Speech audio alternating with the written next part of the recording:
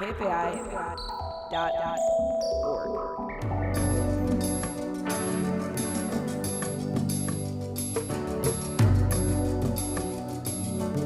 right, welcome to the Datable Rebels.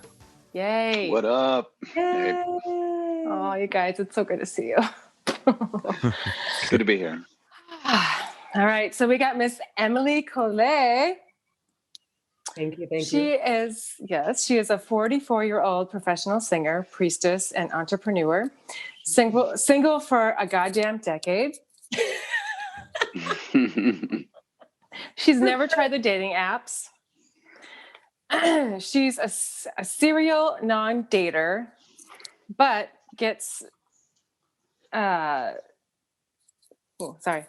she gets what did you say? I don't know. Sucked in now and then, and then she's reminded of why she's not in relationships. So yeah, Miss Emily Colay. Word. Accurate. And then we have Jeffrey Moon. What up? Who lives in Austin, Texas. He's a musician, and he is a former roommate of me, the host. And that is all that you said in your bio. Welcome. I shortened it quite a bit from the last one. You did. Mr. Omaur Bliss. He is a DJ, a personal trainer, who's a lover of all things tech. In his time off, he enjoys playing with his adorable son and hanging out with his wife and sipping on fine bourbon drinks. Ooh. Yes. Omaur Bliss, where's your bourbon tonight? So funny story. They have this product called like Slow and Low. It's basically like a sort of kind of a Manhattan a old-fashioned style bourbon in a can. I've had it. I know what you're talking about. It's great, but I bought them from my corner store, and both of them were like, I poured them in a glass, and I've never seen a drink that color in my life. So I had to be like, no. You're like, Drinks ain't supposed to be brown with floaty stuff. Oh, no. Nasty. No. So I am having an Indeed Pilsner. Very nice. Right on. Very cool. I'm having a something Spanish Malbec. Good choice. Oh, classy. Fancy. I'm having a Sauvignon Blanc from New Zealand. Oh, see? Whoa. I'm having a good behavior from Odell. You sure about that? Oh my God. Just a suggestion only. That's a terrible one. So, shit. There's a lot going on right now. Yeah, man. Yeah. Yeah, just a few things, odds and ends. I have a feeling somebody's going to be looking for some dates pretty soon. I think somebody might be getting divorced pretty soon. Who? Well, it was sort of an allusion at Donald Trump. I assume you were talking shit about. Oh, I was like, what? Yes, of course. Yes. Melania has. She's throwing out the trash. Hey, man. Left the White House. I'm sure one of the MAGA ladies would be like, "Oh, Donald's single now. I could be his next ex." Literally. I'm pretty sure you're right about that. It's so bad. So, in the midst of the shitstorm, I sent out a few Facebook posts asking people for dating and relationship questions. Nobody really sent me anything.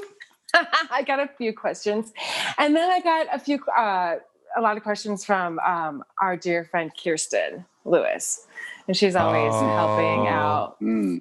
She's always helping out with good questions. So, I'm just going to start out. Let's do it. Yeah. Questions. Okay. Sure. All right. Yeah. Sure. All right. So, first question: should you be honest or spare the person's feelings and tell them white lies? I'm with relationships and relationship situations. Oh, be honest. That is a lesson I learned so many times by not being honest. Man, just be honest, dude.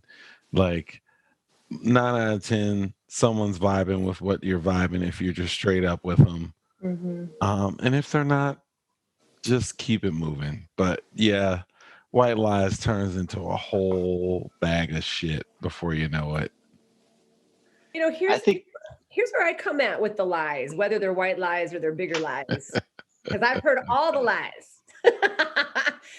Is that like whatever injury might be received from hearing the truth, you know, like whatever the shit is that's going on that you're trying to lie about, it is always compounded like 100-fold by the lie. You know, it's like then I don't only just have to deal with my emotions about the shit that happened, but now I got to deal with the fact that you lied to me, and now there's broken trust, and it gets like hella way messier. And on top of it, I also don't like that assumption that like I can't handle what you're going to tell me. Like have some faith in me that you can tell me something and that I'm going to be responsible for my own emotions about it and be able to like process that shit. Like you're not giving me the benefit of the doubt that I'm a grown ass woman who can handle shit. Yeah, I kind of push back on the question just a little bit in terms of like, it's not really an alternative between sparing someone's feelings or being honest. You're not sparing anyone's feelings by lying to them. They feel like shit no matter what. And so at least if you're honest, I mean, I guess it's like you spare their feelings by being honest, because then, like Emily was saying, at least you can then process it and understand the context and be like, oh, you're just fucked up and don't want to be in relationships because you feel weird. Like, that's fine, you know? But the other part of that is like, a lot of people don't know, they don't have the self-awareness to really know what the honesty is. And so they'll just say whatever shit gets them out. That is such a good point. Oh my God. Yeah, they don't know until they know or something. And then it's like, they've told you all these things, but then like it turns into something else because they had an epiphany about something else. And I think it depends on the context. I think it depends on the context too. Like if, you know, somewhere I thought there was some relationship with this question with like dating someone for a little while and like, or maybe I was just thinking about that because he brought up this question when we were talking earlier. You know, if you're dating someone like a couple of times and you just don't want to see them anymore, I mean, you can just, I mean, I don't know. I think it depends on how close you are with the person. Mm-hmm. You know? I agree. You stink, your breath stinks, I can't date you. You know what I mean? Oh, I'm just too busy. I'm working really hard on a project at work. I can't date anyone right now. Really, your breath stinks. You know what I mean? Lies. That's never the truth. Because when I said, yeah, it's really fucking hard to multitask, you know? Right. Yeah, right. Exactly. Right. Yeah. Okay. So the second question kind of goes together with the first question in a way. First, has anyone ghosted?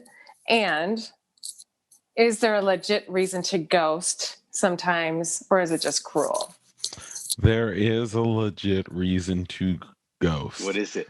I have had some situations where you crazy. So rather than trying to talk a crazy person off a ledge that's not going to listen and pull me over, I'm going to have to throw up the deuces and keep it stepping. Just saying, not every situation requires that, but I think when you know it's imminent danger, you just gotta be like, nah, I'm good. We don't even need to talk about this. But for the most part, you know, you shouldn't ghost people. That's mean. Mm-hmm. But if you do gotta ghost them, ghost them. Don't you know what I'm saying? Don't like ghost and then show up again. Like, hey. Yeah, don't ghost. Dudes do that, don't they? Oh yeah. Yeah. They'll ghost. Like I dated this guy for like a month, but like we broke up. He broke up with me, and then you know whatever this time went on, and then he basically ghosted me, and then he texted me like a month later, and I'm like, I didn't reply. It's good. That's good. There's a name for that. It's like there's definitely a name. You know, like we have ghosted. There's another name that they made up for it. The kids these days. I don't know. The zombies when they come back? I think it's zombie. That's what it is. That's what it is. Oh no. They call them zombies now? Yeah.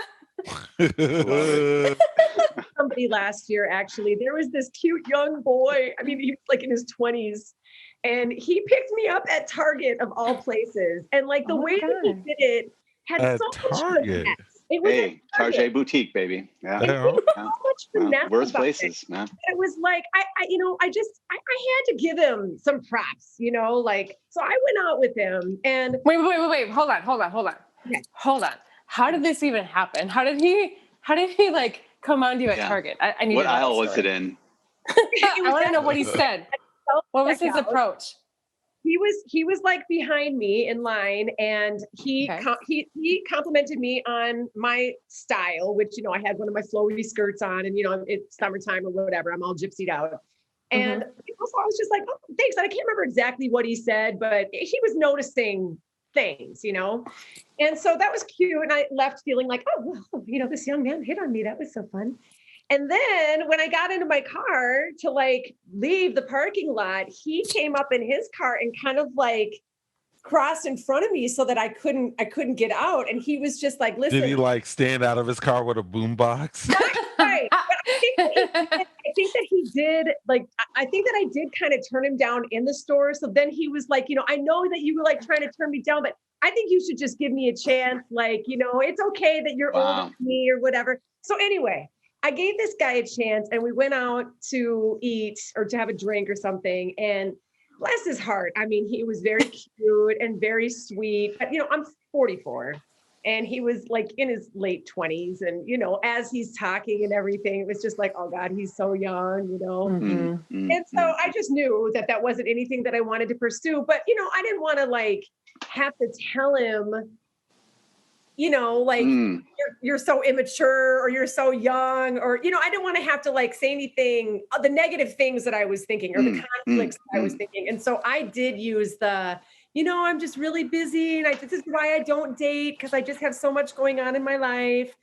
And he kept calling and he finally gave up. Like I wasn't answering anymore. So I did ghost somebody. You're like, take a hint, motherfucker. I mean, I straight up told you. I only went out with him once. And I mean, it really, in that case, it really was to spare his feelings. Like he was so sweet and genuine. Like I didn't need to say anything soul crushing to this young guy. I wanted him to keep going in the world like that, with some other woman who would appreciate it.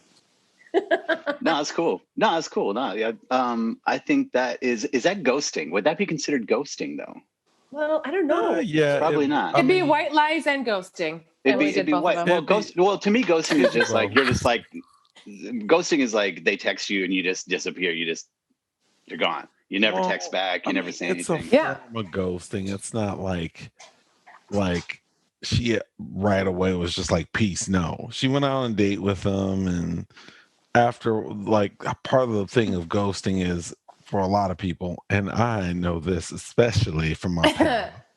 But you answer some calls and then maybe you go hang out once and then all of a sudden you're so busy and then they just text and you just don't text back, and then they call and you just don't call back, and then you see them out and about and then you just leave. It's just the whole, it becomes a thing. So I think that you can ghost them, but sometimes it's just easier.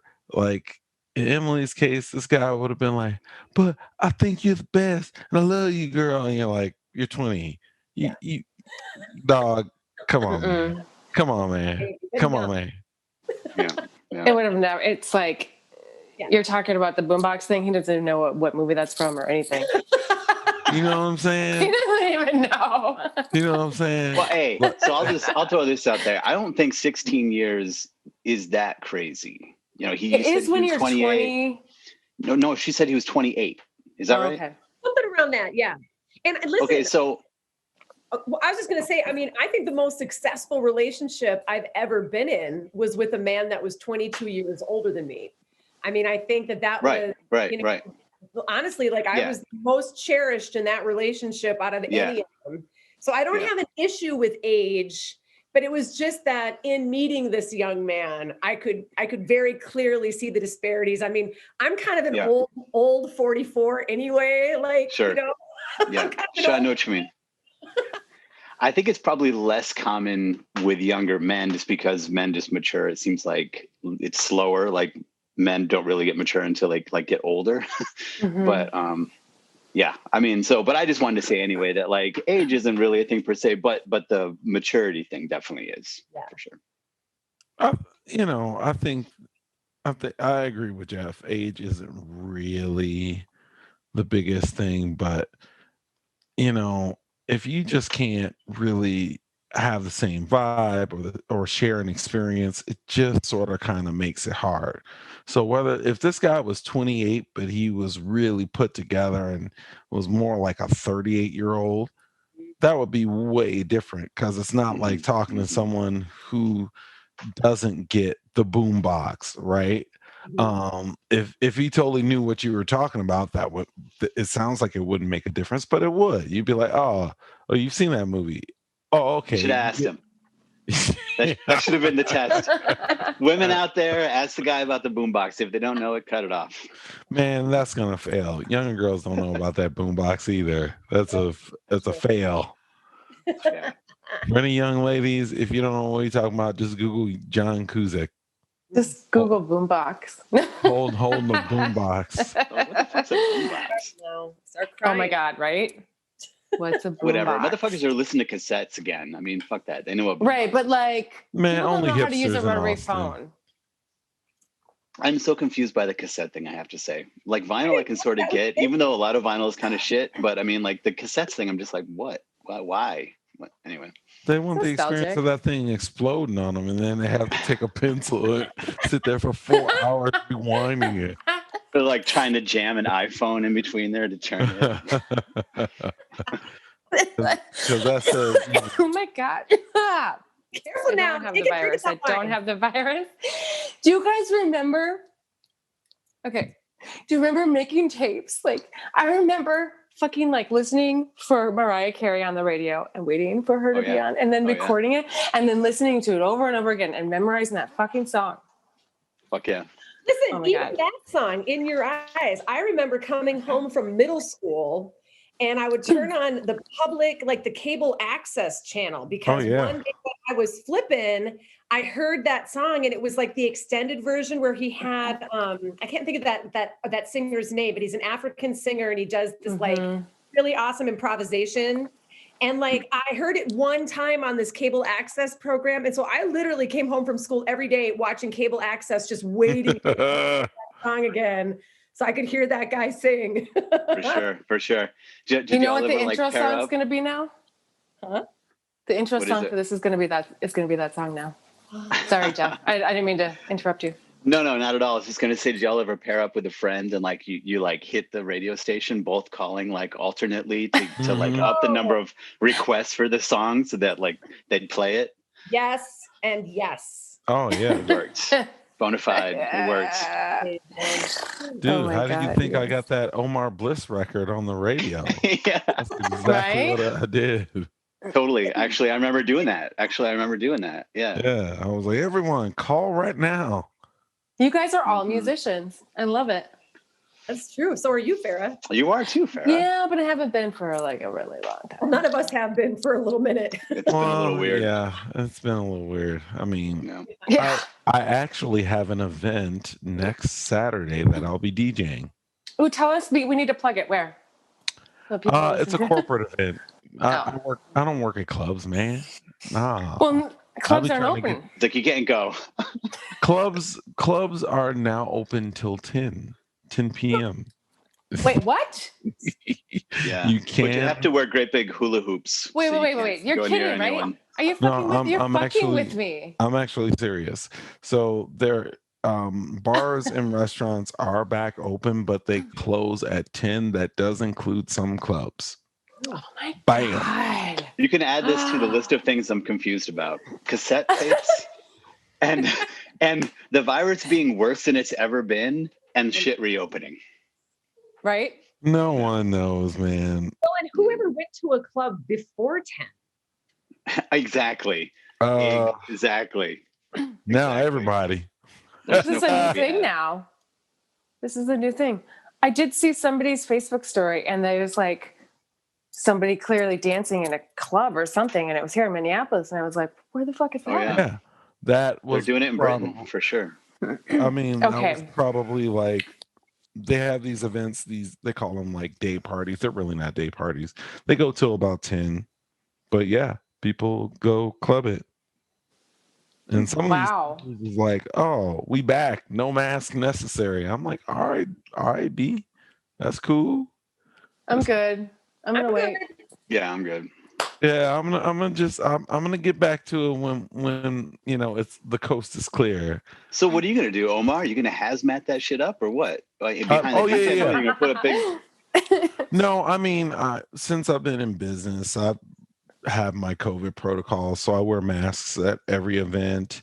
DJs are unique because, to be honest, you don't really come up to the DJ booth that much anyways. And now I give them like information on how they can text me information.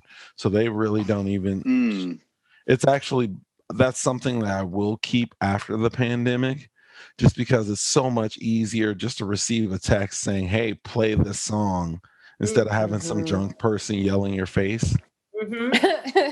Why do you You're want like- to keep that?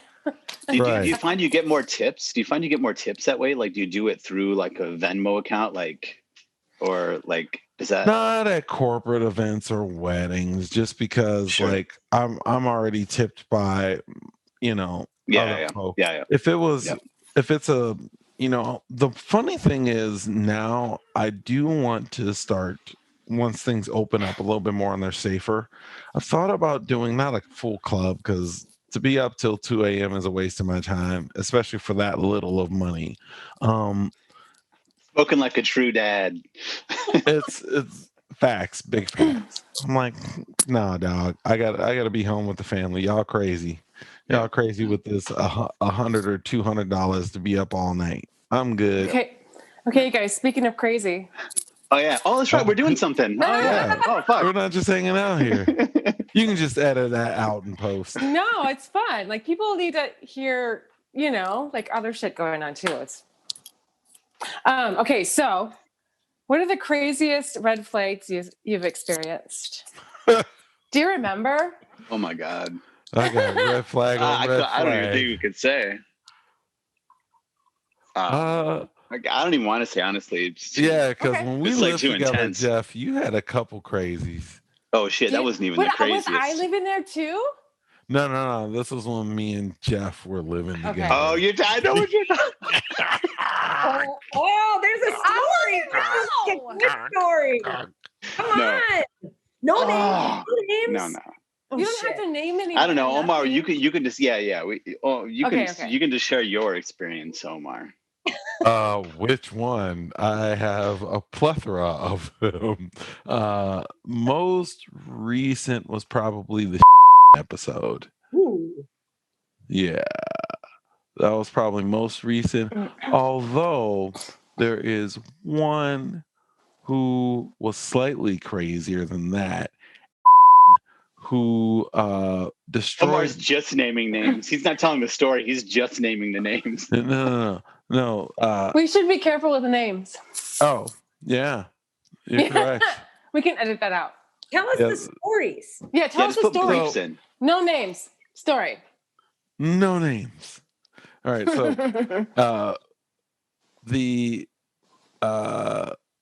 how can I say this?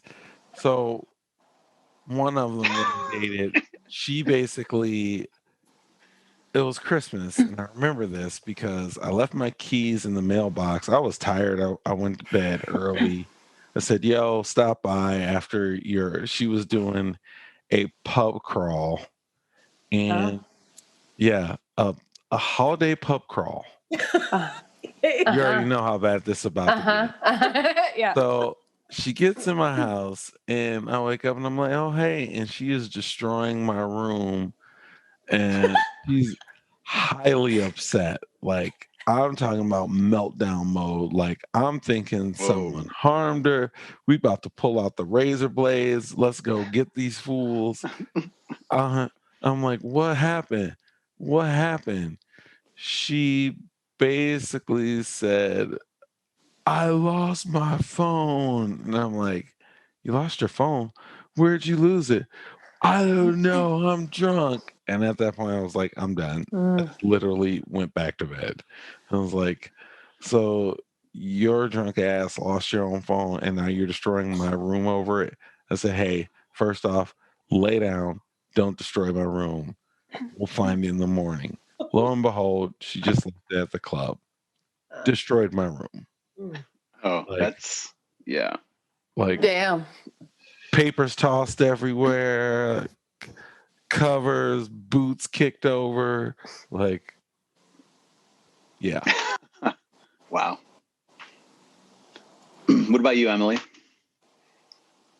I'm sure that there are other ones that I can think of, but honestly, the one that is like flashing in my head is a red flag I missed early on about my horrid ex-husband. Mm. We were in Costa Rica. That's where I met him. And y'all know me. I mean, I'm a performer. I'm like, a former stripper. I mean, like, I'm like naked all the time and just like very open and all that kind of stuff. And so we had all, I don't know, we were out. I don't remember what we did that day, but then we came back and we were staying in like this surfer hostel. And I had a room with a couple of girlfriends of mine and we were all kind of like changing. And the door was like slightly ajar. And I was topless or like changing. Maybe I was even naked. I don't know.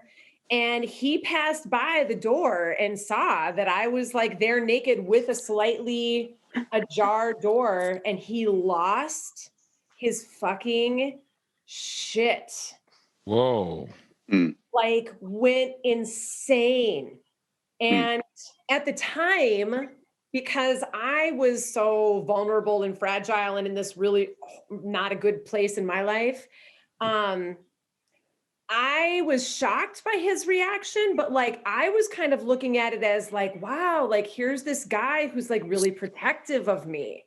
He's a guy who isn't trying to like exploit me and my sexuality, which was another thing that had happened many times in my life. So like I read that whole situation in a convenient way for the moment. But man, was that a harbinger of what was to come. Like shit, girl, you missed that. And signed on to like the next 4 years of the worst hell you could have imagined, That's the one that flashes in my mind. Yeah. Yeah. Or like how we do that, you know what I mean? Like how those red flags are there, but how we reinterpret them or justify them to like fit the story that we've got going in our minds about somebody that we're interested in. Like we don't want to see the red flags. Or my favorite is, I just want to love them. I'm just going to love it off of them. They just need the right amount of love. Nope, they just need to do their fucking work alone, and then they need to like figure it out, and then they need to do that work without me. Like they need to go, or like with a therapist, whatever. A professional. I've done that so many times too. Like I've ignored the red flags and made them fit my situation. It's easy to do. Yeah. Everybody wants love. Everybody. Did you offer one? Mine would be the one that's sticking out in my head is like the most recent guy I dated. We were together for like a month or something, and he wanted to be my boyfriend after 2 weeks. And he had gotten out of had been out of a marriage for like a year. Like they were separated for a year, and then he legally got divorced. Like while we were together. And then he wanted and you to didn't know that. I told him, like, I was like, nothing's going to happen until you get divorced.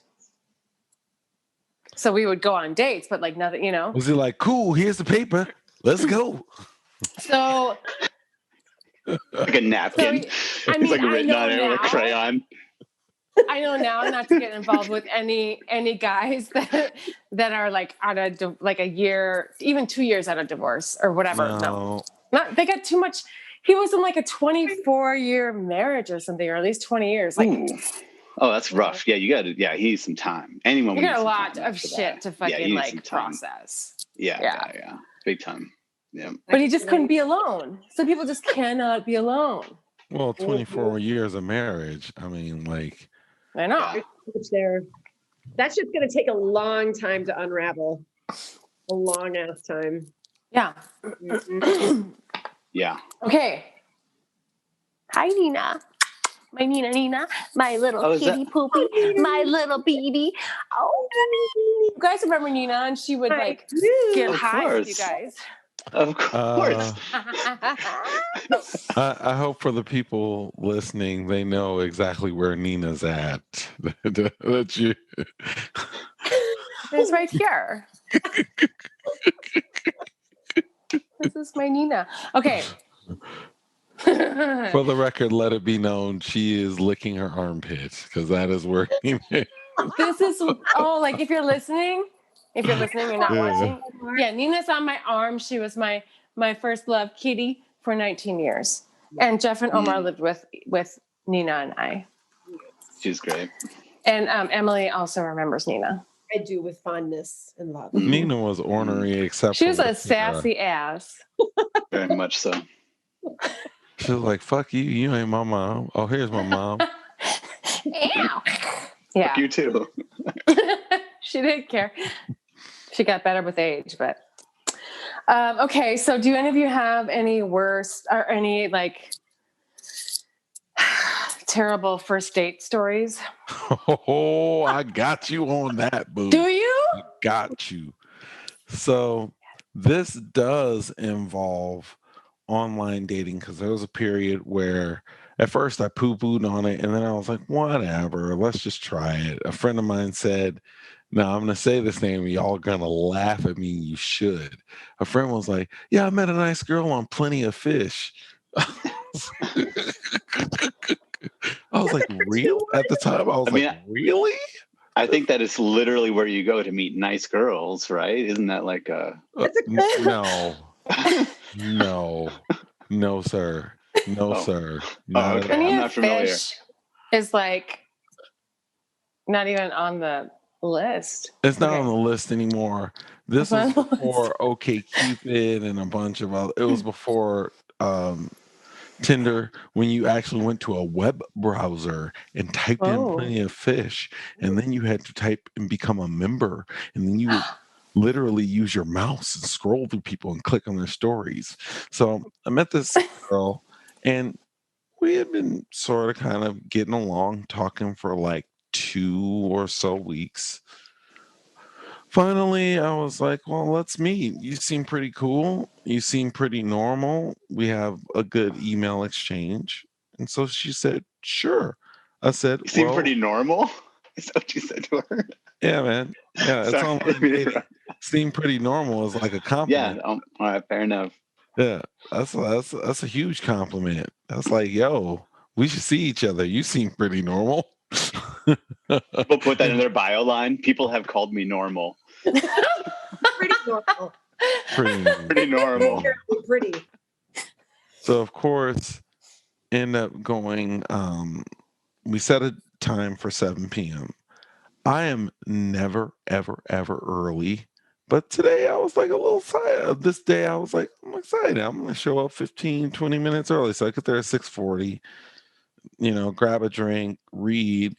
And I'm like, okay, I'm really early, but they'll be here at around 7, no big deal. So 7 comes, 7:10, 7:15. I'm sending this person a text message like, hey, so are we still meeting? No response. And I'm like, that's weird. Okay, well, maybe we got the times mixed up. So I'll just wait here for a little bit more.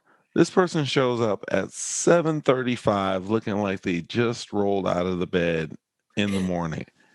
I'm talking with a shower cap on, some house slippers. No. I'm for real. I'm for real. Like we meet, and I'm sitting here like fresh to death, haircut, nice cologne on. I'm ready to mingle. Sits down and immediately tells me that, oh, hey, this is great to meet you. I'm moving back to Bakersfield, California next week. Immediately, I'm like, why the fuck am I here? What the fuck am I here for? Like, you moving back to Bakersfield? And so she was like, yeah, you know, I have an issue where I told you I had a kid and I need to go back to him. And I was thinking her kid was here. I didn't think her kid was still in Bakersfield. And I was like, oh, well, who's your kid with? Oh, my husband. Oh, Plenty of fish, man. Plenty of fish. Oh, yeah. Gets better. 5 minutes later, she literally picks up the phone and starts talking with her kid. Oh, it's his bedtime. I got to talk to him for his bedtime. Sat there Bad. for at least a half an hour talking to this kid while I'm sitting in Come the on. seat. I'm not kidding. Somebody Not trolled kidding. you, dude. That was like, you got punked. Somebody Not punked kidding. you, and they just never Seriously. revealed the joke. I hope so, because I literally There's somebody just, right now watching this being like, we did that to you, and you never figured it out. scarred him for life. Oh no, I told him, it's like, all right, well, here, I paid for the coffee. I'm out. Never talk to her again. That was just I want amazing. to show up in a shower cap and shit and just be like, what's up? Fucking shower cat and some fuzzy house slippers. I Like, mean, I was thinking maybe ugh. that was like a test, you know, like if somebody can accept Yeah. me like this, then okay, he's a good guy. But if she's going back to Bakersfield and that doesn't make sense, that's wild. So that First sounds off, like a really cool no. idea. Do either of you two women, have you ever met anyone who's done that, like as a test, like showed up, like just, you know what I mean? Like sort of, I mean, not in a fucking shower cap. That seems insane, but Like disheveled as fuck, just like, rah. Oh yeah, like I mean, do you literally, know, oh, like, I gotta go it seems- somewhere. I just woke up. it seems like a weird thing to do, like on a date. You know what I mean? It seems like a weird thing to do to someone on a date, but like, have you heard of that before? Because has anyone heard of that before? No, I've never had That that seems a done to little me. I've nutty. never done it to anybody else. Like Yeah. when I'm going on a date, I like present myself the best way that possible, you know? Right. Usually I'm like, yo, I'm about to put on some clothes. Let's make this happen. Yeah. You know, I might be mistaken, and I also might get in trouble for this, but I'm pretty sure my wife was like an hour and a half late for our first date. Your wife is an hour and a half late in general, so that's not a diss. That's just Yeah, Really? it wasn't a She's diss. just her always late? MO. I learned. Actually, she's much better about it now. But yes, I did sort of have to learn to not take that personally. I think that's why we gave her a certain nickname, because she showed up really late to something. The nickname. Oh my God. I want to say it. No. Okay. You barred me from naming stuff. You can't name names either. That's hilarious. I won't do it. I want to do it. Okay. It's Sketchels. Schedules. Sketchels. We love you, Laura. Yeah. We do. No, we she's really great. do. No, yeah. It's awesome. It's crazy that you guys got married. Like, Yeah, we celebrated 8 years last July. Wow. So yeah, we've been together since 2006. I think we met. I was gonna So, say, you guys have been yeah. together for a long time. Yeah. I rewatched like a little snippet of your reception. That part when some people were singing Bismarcky. Oh, shit. Jeremy. I watched it again. I was like, oh, that was a good fucking reception. That was a That good was one. fun. That was super fun. Yeah. Yeah, it was a fun party. Yep. Oh man. Okay, so the last question I have Yeah. is, how has the pandemic altered self-evident truths? And what will you change post-pandemic dating? What does So that I guess mean? this is Yeah, I don't know what the Emily. question means. So I'm assuming like this pandemic has made us really tune into ourselves and like find like some truths about ourselves. Okay. And for me, maybe really think about like, who do I want to date? Mhm. Like maybe I would have put up with some bullshit before the pandemic, but now that I've really had time to like look at myself and think about stuff and process things, I know what I want now. I'm not going to put up with some fucking shit anymore. Nor should you, Farrah Fisher. Yeah. So I think that's what it means. Okay. So let's see here. Let me answer this question. Well, I can tell you, living with Laura over this whole time, obviously, I feel like I started this whole when we started the lockdown thing. I immediately started we took the TV out of the living room and we immediately started having music on the whole time. And I know this is a roundabout way of answering the question, but what I'm saying is this: we ended up setting up environmental stuff, and we ended up really thinking about. Well, I don't know that we really expressed it, but in a way, considering our relationship, we for sure keep space from each other in the house. Not in some way, but we're not together all the time at all. And I have maybe a counter question, which is, how do people who live in a 1-bedroom apartment with someone, how do they not kill that other person? Someone hold my beer. I can answer this. Okay, let us know. Okay. Easiest way,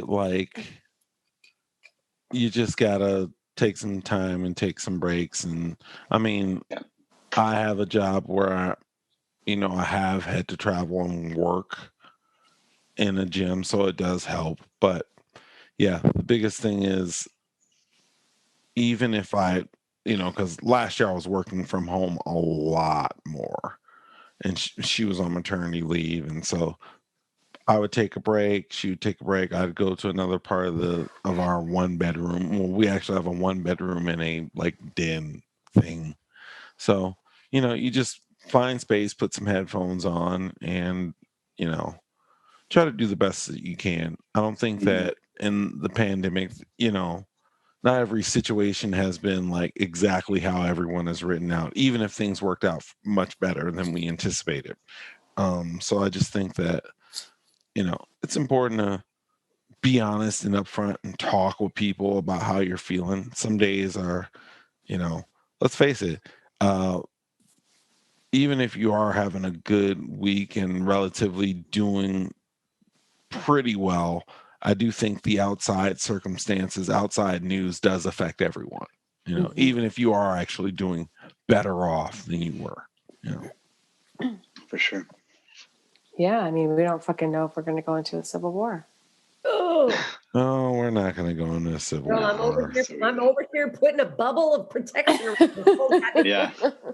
Sorry. A few guys in some buffalo hats and buffalo pants. Can you believe that guy in the organic food story? That guy with the demanded organic food. I can't believe this is true, but I think this might be true. Bison Boy ended up going on a hunger strike because they wouldn't feed him organic food, and then they ended up feeding him organic food. Yeah. Okay, it's one thing to be a dumbass and think you're going to get organic food in jail. It's a whole nother thing to get organic food in jail after doing that.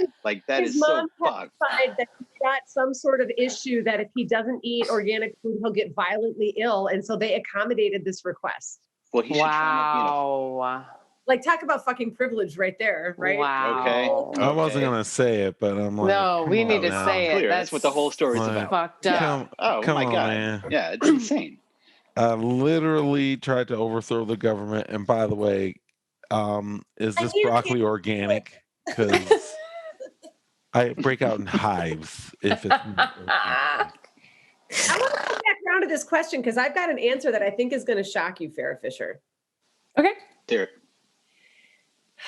I can't even believe I'm going to say this, let alone a public format. Exclusive. This could be dangerous, actually. I have exclusive. It is. It is. So here you go. I'm giving you the exclusive, babe. You're my best friend, and I love you. I love you too. I have been very anti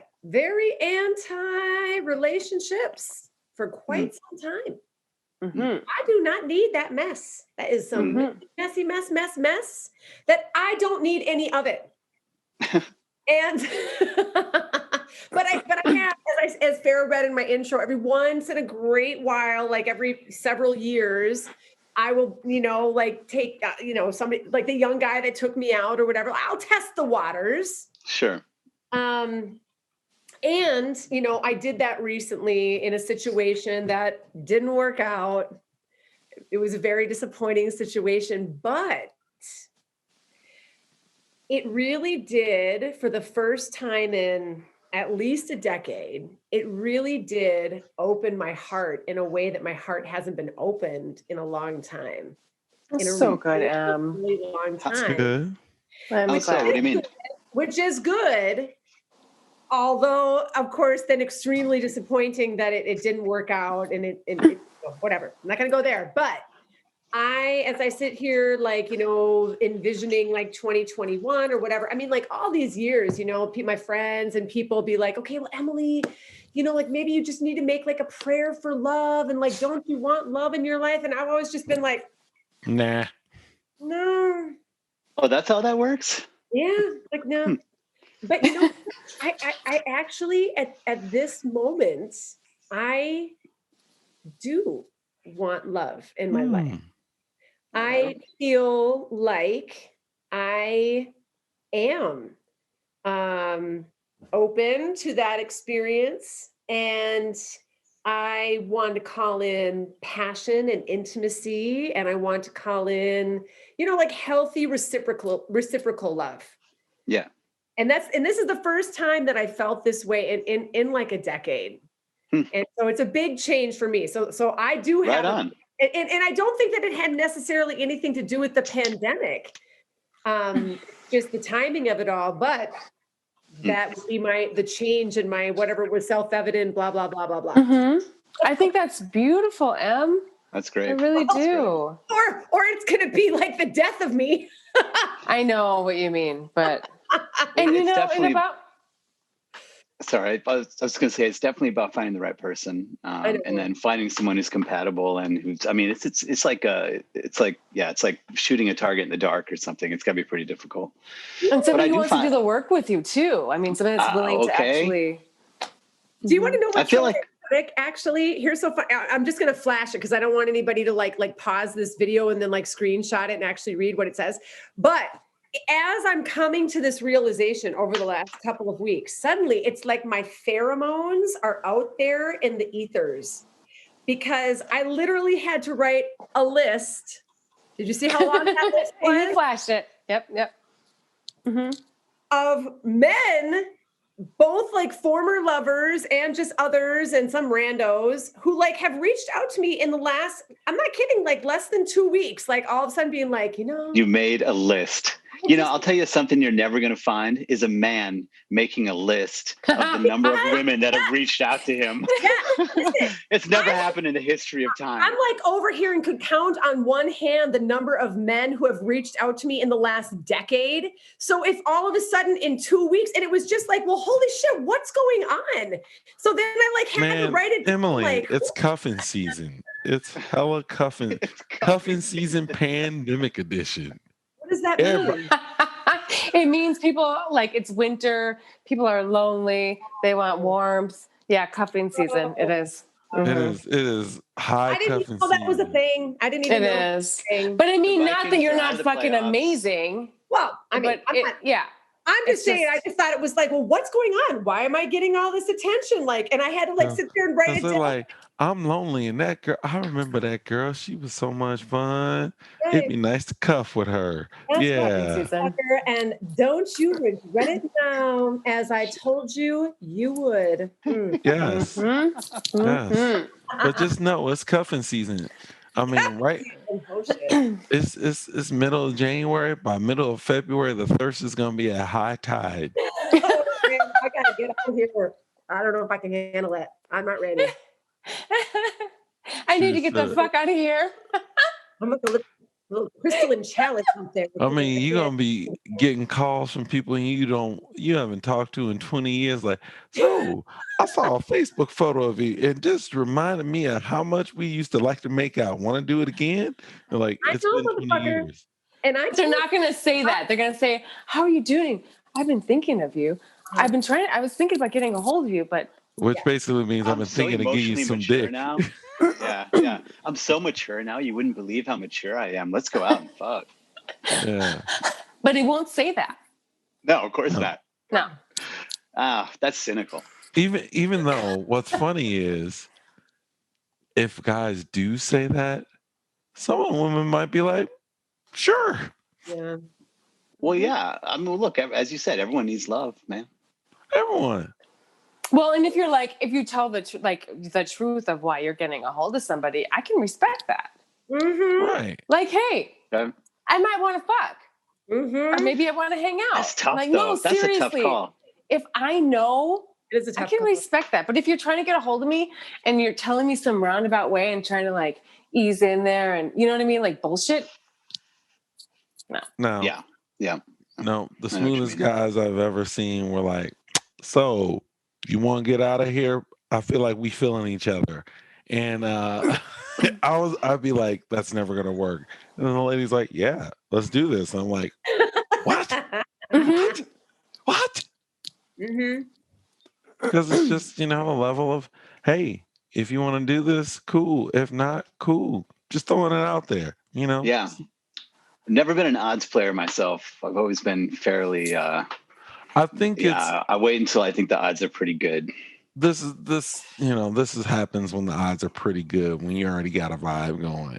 I mean, True. because otherwise it's just silly to be like, the guy who walks in the room with every girl like, hey, want to go fuck? No. Yeah. Okay. How about you? How about your friend? Well, I mean, How you about never your know. grandma? Because you keep on asking, you'll get one woman that's like, yeah, actually, I would like Hey, that. It does sort of remind me of I don't know if you guys are into Thundercat, but Thundercat has this do-rag yeah. video that's hilarious. And basically he's just going around trying to hit on women. They're like, no. And then of course the last girl he hits on, she's like, well, maybe. And her friends are like, no, don't do that. I got it. But she's like, but maybe I like weird, So I don't know. It could be that. Supposedly there's somebody out there for everybody, so There is. I don't know. Man, it's like relationships are work. Relationships are just work. And I know we've talked about this. I think last time we were on, we sort of ended up talking about this a little bit. But like, people are like, good luck getting into it. I don't know. I don't get it sometimes because relationships are fucking hard.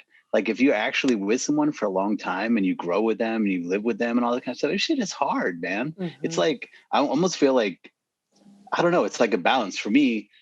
I don't know. I get lonely when I'm alone. So I would rather, I've never been like a serial monogamist or anything, but like I feel better in a relationship. Like I don't really like living alone personally, but it's work. It's hard work. That's for sure. You earn it. It's worthwhile work. I mean, I'm a little different. I think before, meeting my wife, I probably would have been fine living in a castle alone with a parakeet on my shoulder. Thank you for that visual, Omaur. great. I love it. Yeah. Sitting in front of a computer with a lone tear down his cheek. Not even a lone Parakeet's tear. like, Just like, fuck you.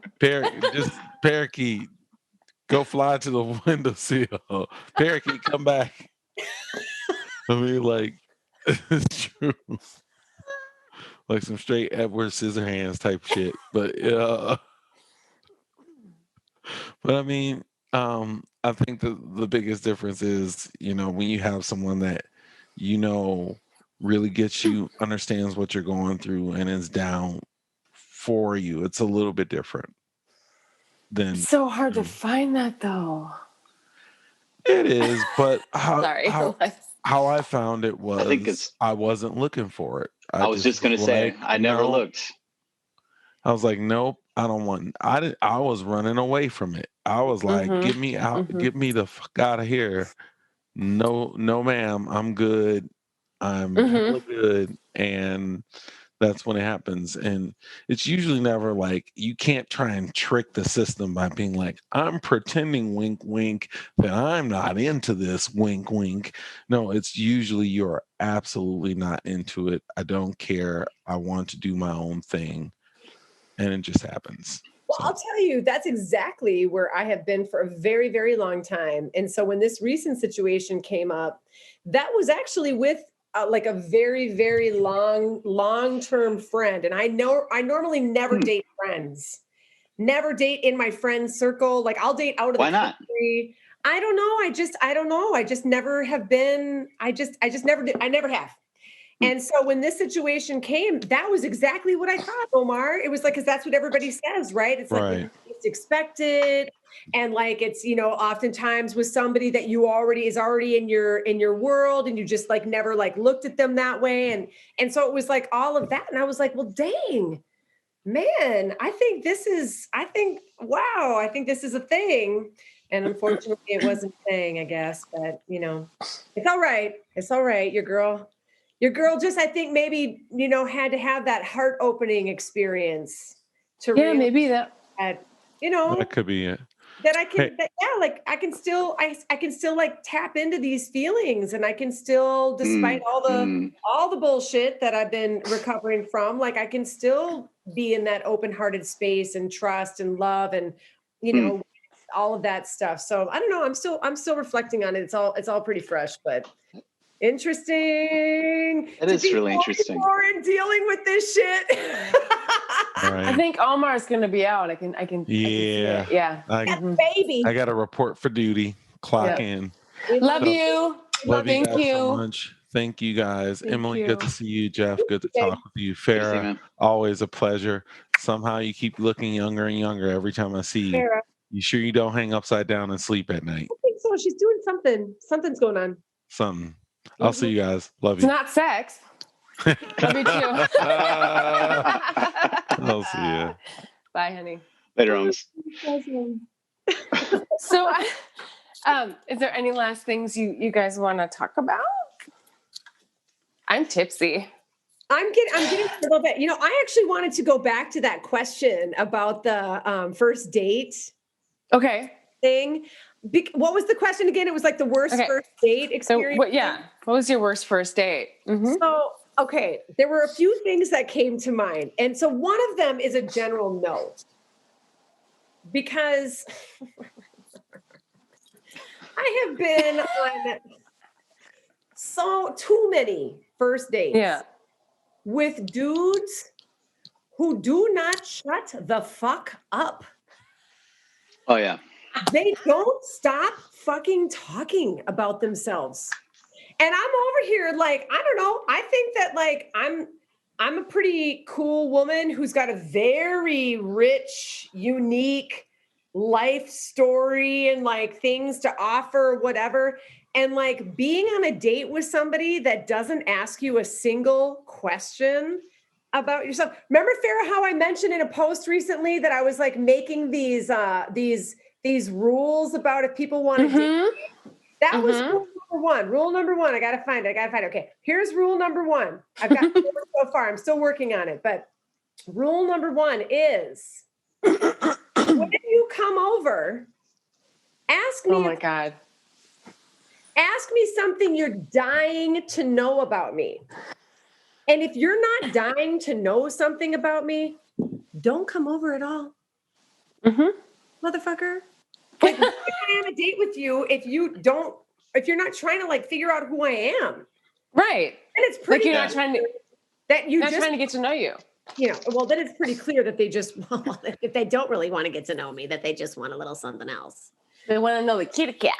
That's a general first date failure. But then I was thinking about,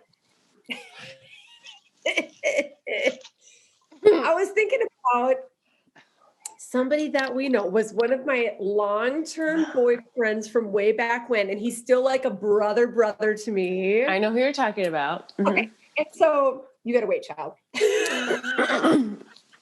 Or Luca. Okay. And so our first date, like he was working at the Loring bar and, was kind of hitting on me here and there or whatever. And then long story short, okay, so then we're going on a date. I'm going to pick him up because he didn't drive at the time.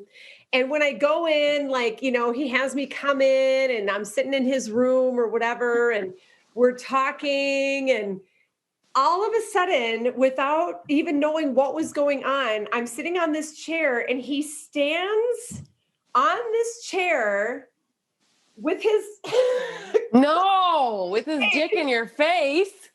and was Dick like in the face. dancing, or So he started dancing? yeah, like I don't know what he was doing.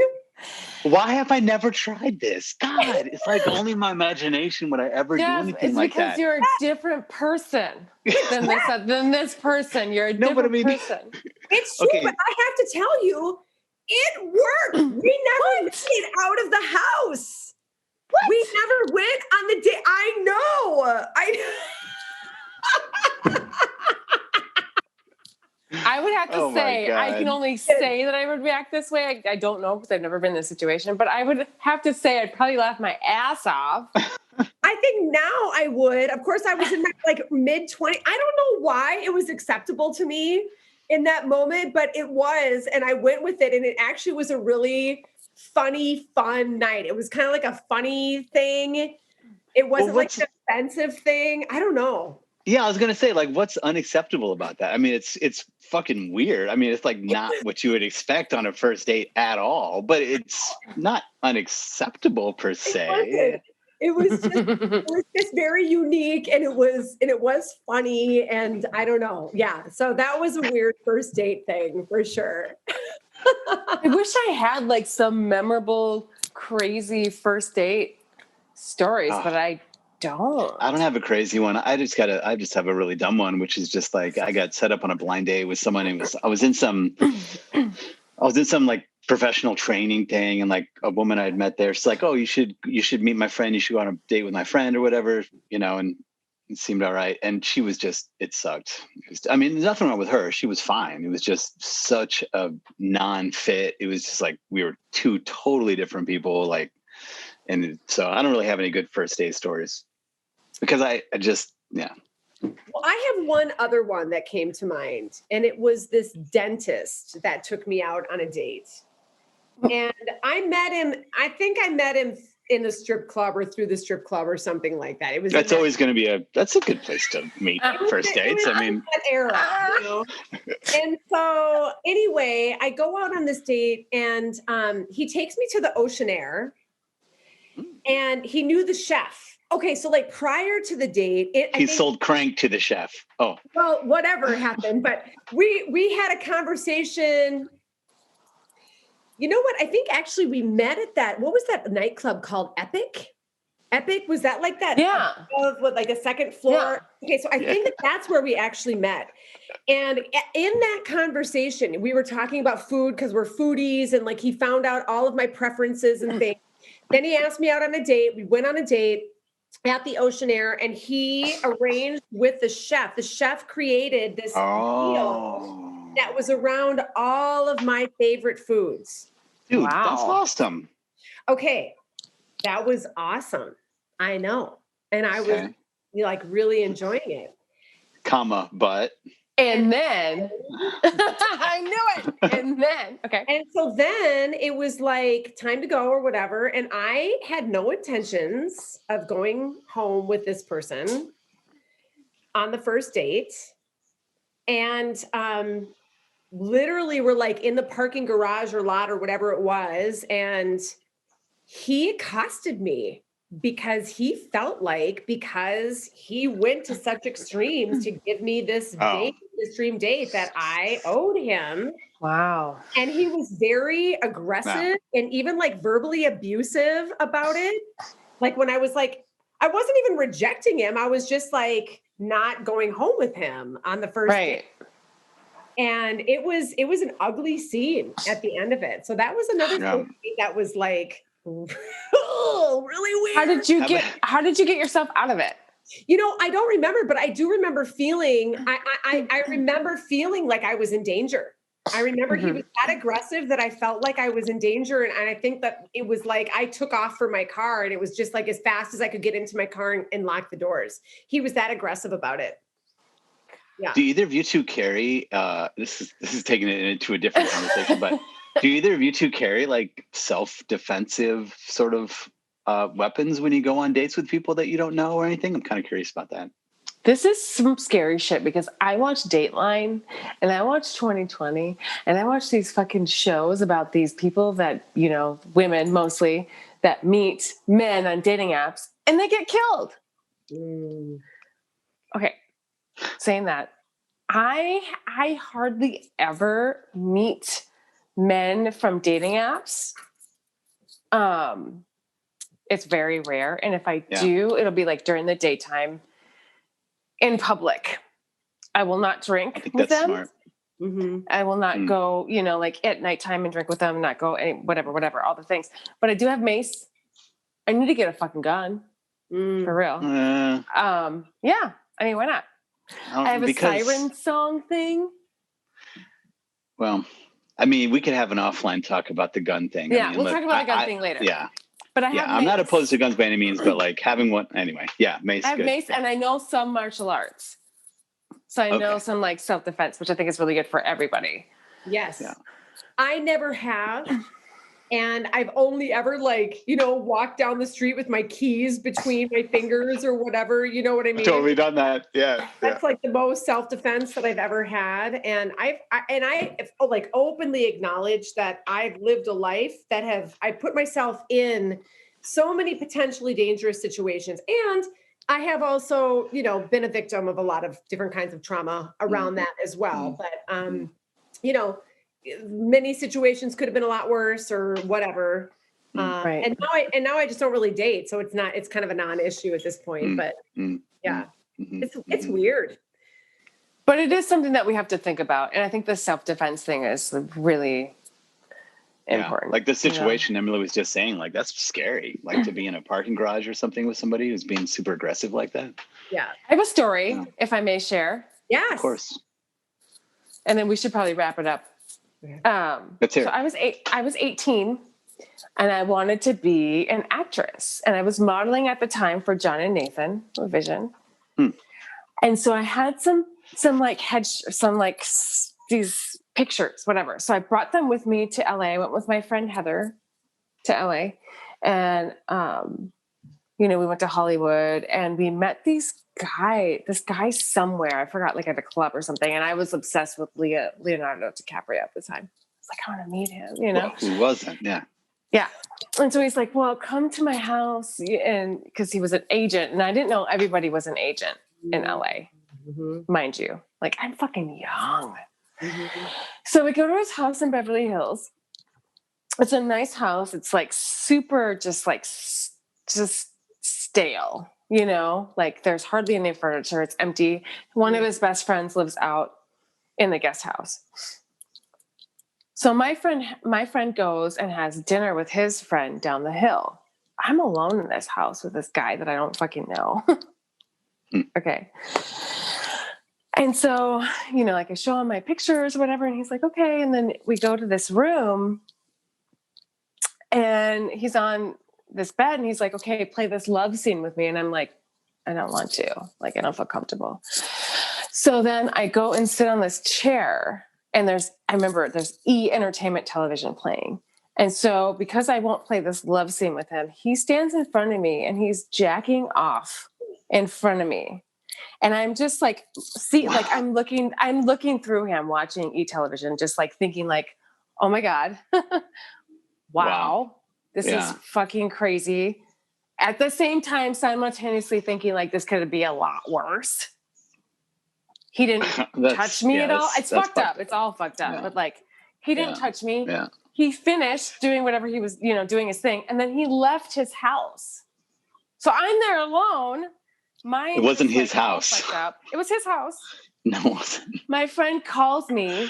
And I'm like, dude, you got to fucking come. Like, this is, tell her what happened. So she comes and picks me up, and just like, that was crazy. Yeah. That's what happened. Yeah.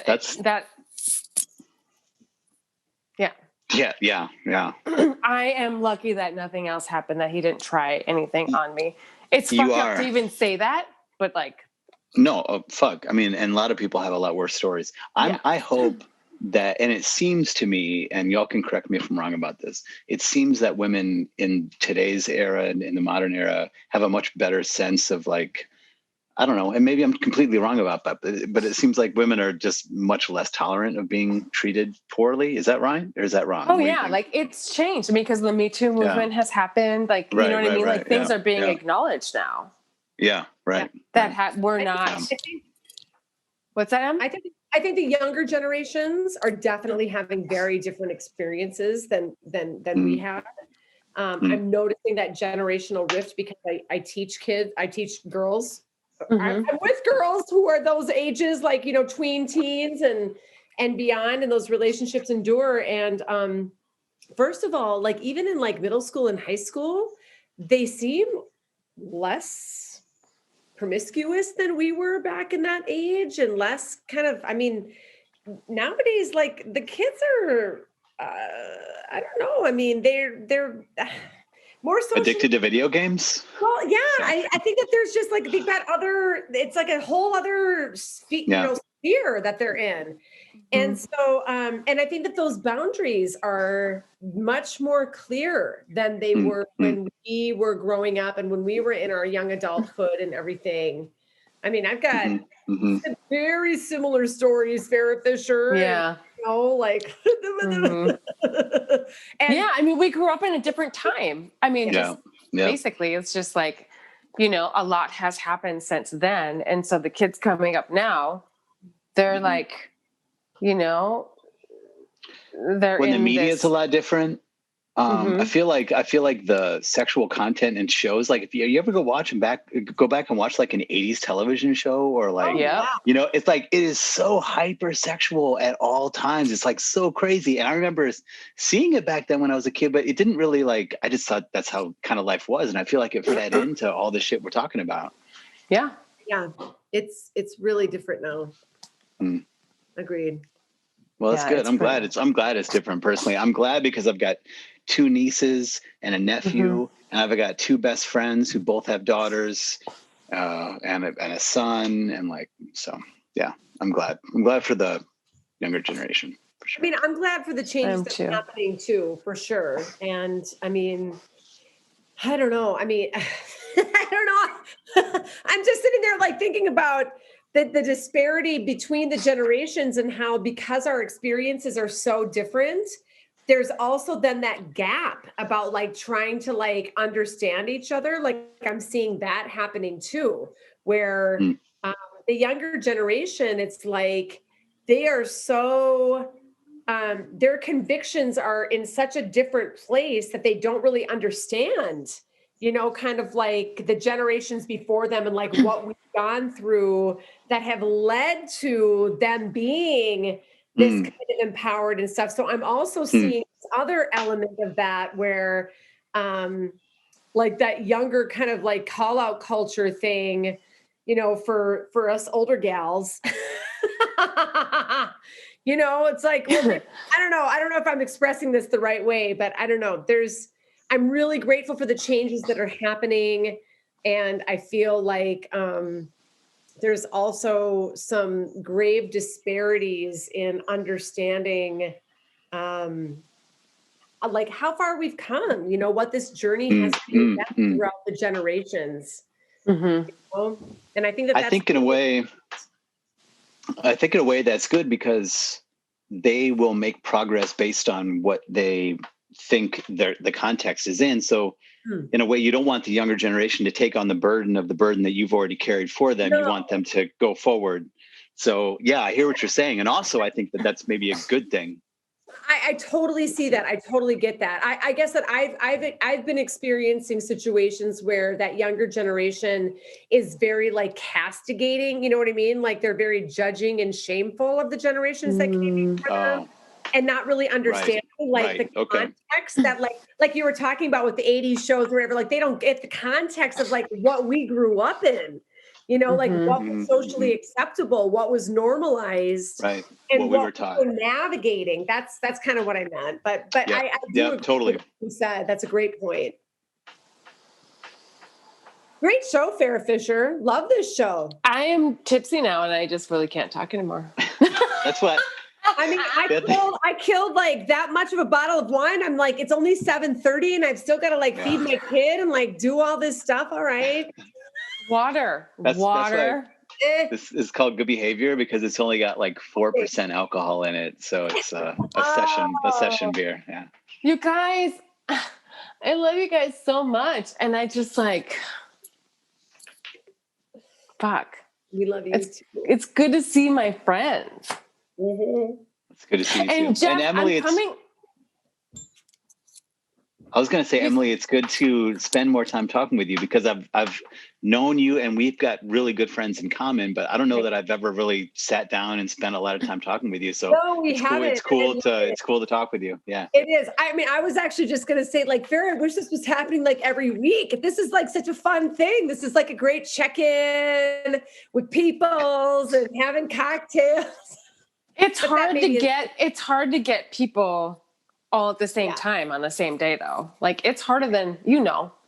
Yeah. I think the podcast, I think like the podcast thing has its own sort of weight, but like, just getting people together just to hang out and have a couple of beers, I think might be a little easier.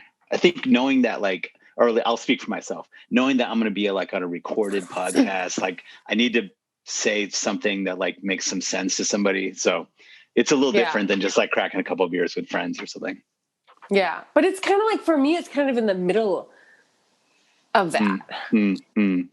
Yeah. But yeah, I know what you mean. Yeah. Like, obviously, I think people are interested in, like the rawness of, of shit too. Mhm. And so I am. Can I tell? I think I'm ready to tell it now, real quick, if it's okay. The red flag question. Okay. Back there, I wasn't ready to answer it before, but I was dating this girl a long time ago, and I will say that we're totally cool now. But this was a long time ago. This was in my early 20s, and we were having sex, and she reared back and she fucking spit right in my face. Like she spit in my face. She spit in my face. And like, I had no idea where it came from. And it was a red flag that I totally ignored. Wait. Did you ask her what the fuck? No. Yeah. Yeah, I did actually. I was just, I was cool. I was actually okay. 'Cause it was great sex. And she was, but like she said, I don't know. I thought that's what you wanted, but I know it sounds fucked up. I think the thing I found out later was that she might've been suffering from some mental illness that she had not recognized. I think and so. Makes a lot of sense. And I think actually I know for a fact that that's what was happening, but that was that was by far the biggest red flag that I completely looked past. Wow. Because I was young and dumb and the sex was great. God, I just can't even imagine if that happened like to me. Oh my God. That would be like traumatic. It was a new realm. Trauma. It was a new realm. That might have been trauma for you. I just want to acknowledge that's traumatic. It was a new realm for me for sure. Yeah. I hadn't experienced that one before. Wow.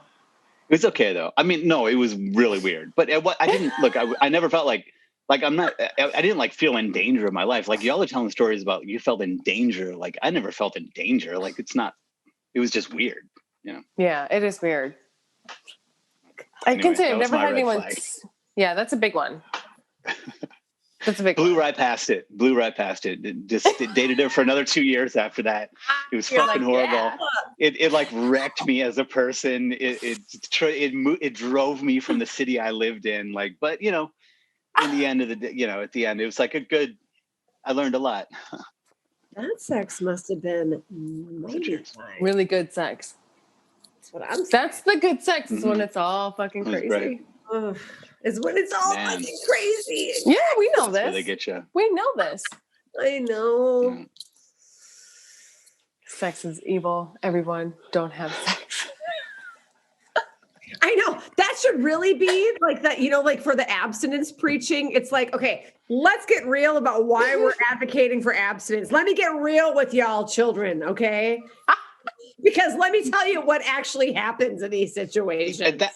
That's not a bad angle, to be honest. No, You might get spat on. You might get shat on. Oh. Yeah. What else? What else could happen? There's so many things that could happen. There's so many things that do happen, and it's like, oh God, that's part of the terror of dating. And like, going into these situations in the first place is like, oh Jesus, I don't know what this is gonna I be. know. Ugh. I know. I have to tell you, Emily, like, I think I'm in the place where you were, where I'm like, I'm good. I'm good. Like, I'm much better out of a relationship than I am in relationship because, like, I can take care of my shit. Yes. I am on my shit, but like, whenever there's like, ooh, an air of uncertainty, I'm like, oh, But I mean, relationships challenge us and they make us do the work, and they don't bring out things until we are in relationship. And so like, that's the only way we can work on certain things. So it's like, that's for sure. Well, and I appreciate that even about this last situation that I was in, where it was like, I've done all this fucking work on myself and I'm like doing all the work over here. But because I haven't been in a relationship in so long, then when this situation came and it was like, like all these things that were happening, and like really having to be very conscious and very present about what is present and like what is past.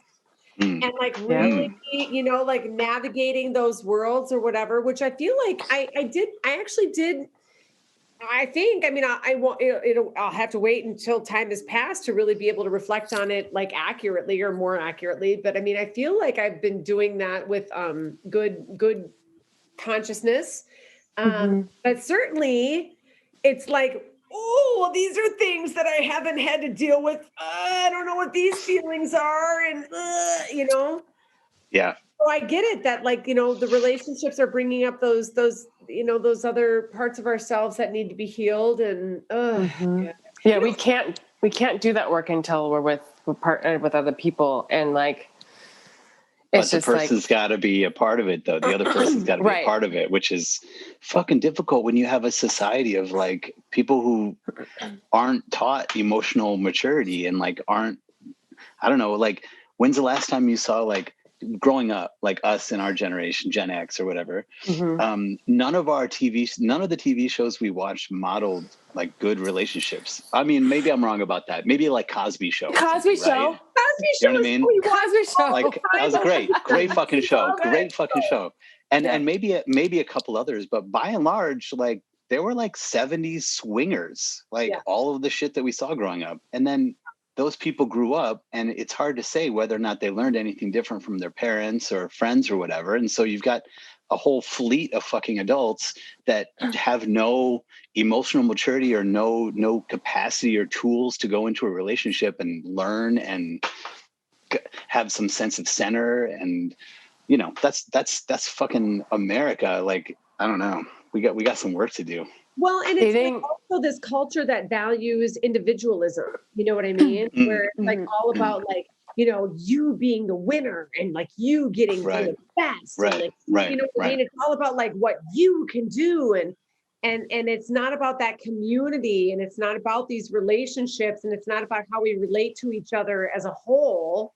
And so I definitely feel like that is a huge detriment to the society. I mean, that was one of the clear things to me when I moved to Mexico in the mid 90s and, was 19 years old, and my best friends were a couple decades older than me and had a few children and lived in this small, room essentially, and had like a mattress on the floor and had some hammocks, and they all just lived in this very small space. But they were such a happy family. There was so much love. They did everything together. And I remember being like 19, 20 years old and like witnessing this and being like, oh my God, like kind of taken aback by the conditions that they lived in. But then like realizing like they had no issue about their material circumstances. They had this amazing, loving family. And it really, that was like my first impression, about the difference of the cultures, where it was like every time we performed, every time, you know, because the bass player or the man was my bass player, every time we performed, the whole family was there, and the kids would fall asleep on the sand underneath the tables, you know, or whatever. And, you know, where in the States, it's like kids could never come out to the clubs to like watch me sing, or, you know what I mean? I don't know. Like this American culture is A little rough. It's different. well, it's all about separation. It's all about superficiality and separation. Yep. You know? Yeah. And I mean, going to visit my friends in Spain, you know, like she would take her kid out with us and, you know, like late at night and just different parts of the country that I've been to and how little they had and how happy they are. Yeah, it's true. Yeah. Yeah. Yeah. There is like a lot, there's a disconnect for sure. But I think that's why, like, hopefully we can help bridge it somehow. With this podcast. With this podcast. But like, honestly, like, you know, even just by having these kinds of conversations and then like, you know, that goes out into other conversations we have with other people. I mean, you know, that's kind of been my understanding of like how this change is going to happen. It's not going to be some leader that's going to come in and like change the shit. It's going to happen in our homes and in our communities. And you know what I mean? Like, that's really how it's going to happen. I pray. Anyway. For sure. I think it's the only way. Yeah. Yeah. God damn.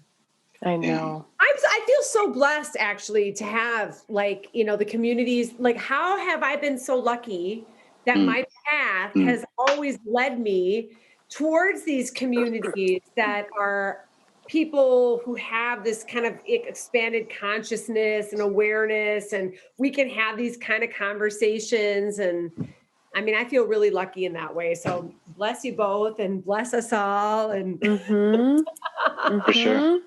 For sure. Feeling it. Yeah, we're lucky. Yeah, absolutely. Yeah. And if this can be like help at all, you know, like spark something for some people, it'd be awesome. Yeah. Sure. Right. You know? All right, y'all. I got to go to the bathroom so bad I'm going to die. So yeah. Love you both. I love you. I'm going to call you, Emily. Great. Yay. Look at this finger. Okay, Jeff. Take care. I'll talk to you soon. Bye. Bye. Bye. Talk to y'all soon. Bye. Okay, bye.